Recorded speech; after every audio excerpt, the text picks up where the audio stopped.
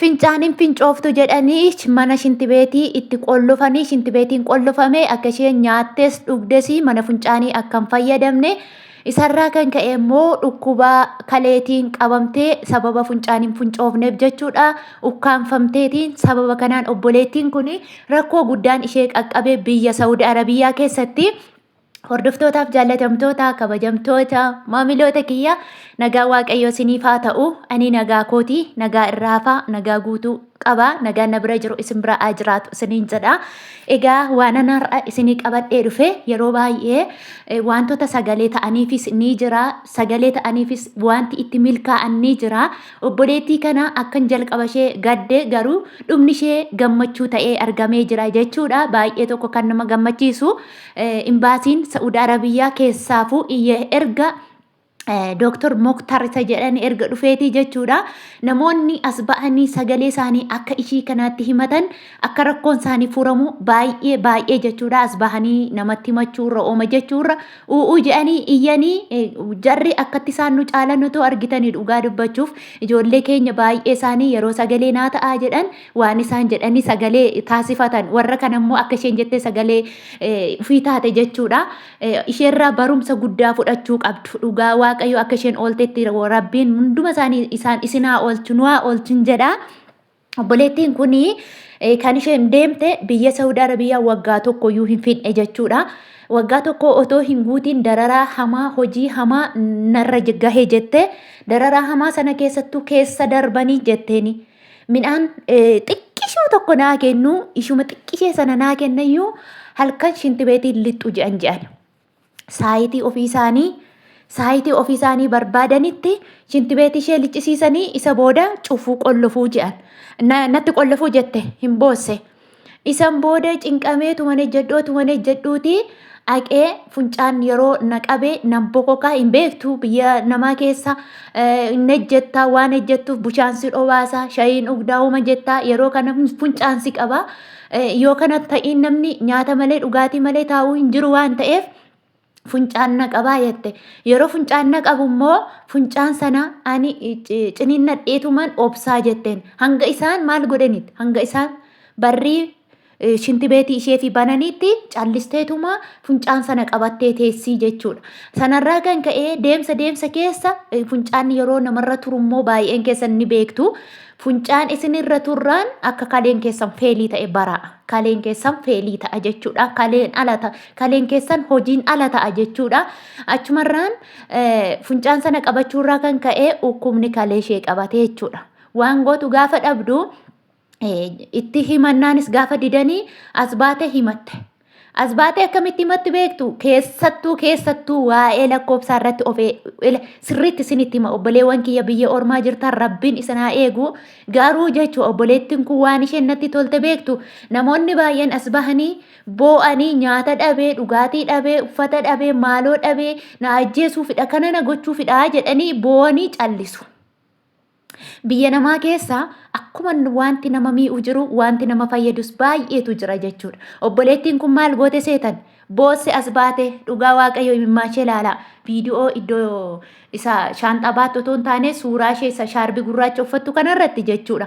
As baatee boosse namoonni na baasuu barbaaddan namoonni na gargaaruu barbaaddan immoo jettee erga boossee akkas na godhanii kaleen koo na dhukkubee jira mana yaalaa na geessaa imbaasiitti na iyyaa maaloo jettee erga boossee lakkoofsa ishee immoo jechaan himatte tokko jettee aggeeffadhaa jettee lakkoofsa ishee namoonni amaariif aggeeffattan ageessanii jirtu baay'een keessan tiktookii irratti jechuudha.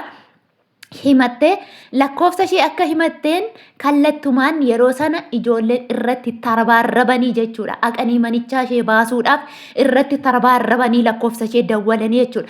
Achumaan isheen lakkoofsa ishee himattee jirti intarneetii irratti cufanii jechuudha.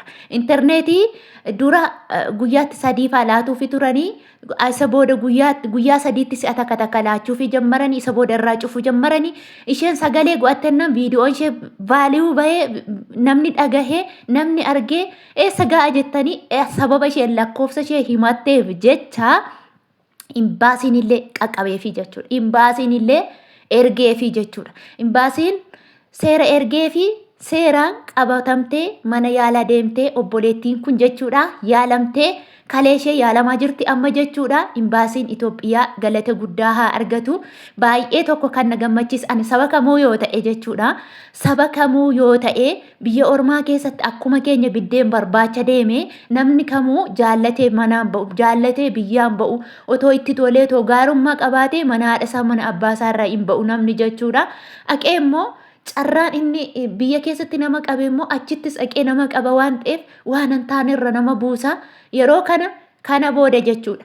Namni rakkinni guddaan isinirra ga'e namni wanta adda addaan beelaan nyaata adda addaatiin dararaa hedduu hojiidhaan waan tokko ta'e yeroo as baatanii himattan jechuudha.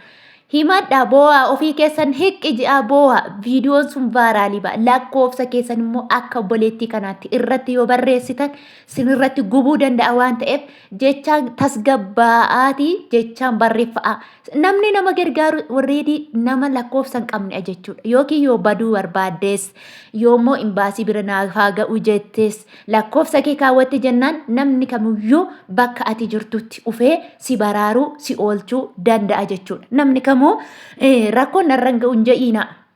Nama bira hin darbina dhugaa dubbachuuf nama kan biraa hin darbina barumsa isinii ta'a keessaafuu jechuun biyya ormaa keessa jechuun namni biyya ormaa jiru cinaacha lamaan ciisee bula malee cinaacha tokkoon miti. Isinii galee maaliif jennaan bibirrachaa adeema. Maaltu akka isarra ga'u hin beekamu waan ta'eef namni kamuu walirraa barumsa fudhachuu dandeessu. Kanaan dura akkasuma mucaama lammii warra kanaa kan taate kan duuni itti murtooftee sadarkaa du'aa macarrashaarra yeroo itti har'a galgala saayitii du'a ishee ta'utti akkuma obboleettittii kanaatti marraramtee iyyitee maraatte jennaan imbaasiin ala tuula ishee fi qaqqabe isarratti lukaan naqabaa jechuun baatee of oolchattee jechuudha. Cimuu qabu biyya ormaatti akka biyya ofii mataa ofii gadi hin qabu. Biyya ormaa seera cimaatu jira. Akkan keenya beek jedhee namni si bira darbu hin jiru jechuudha. Achitti dhugaas qabaadhu dhugaan qabaatiin hamma iddoo dhugaa geessutti namni si bira hafu hin jiru. Inni si gargaaru jechuudha. Namni achi ayi lammii keenyadha lammii keenya miti maal nu gashe siin hin jedhan.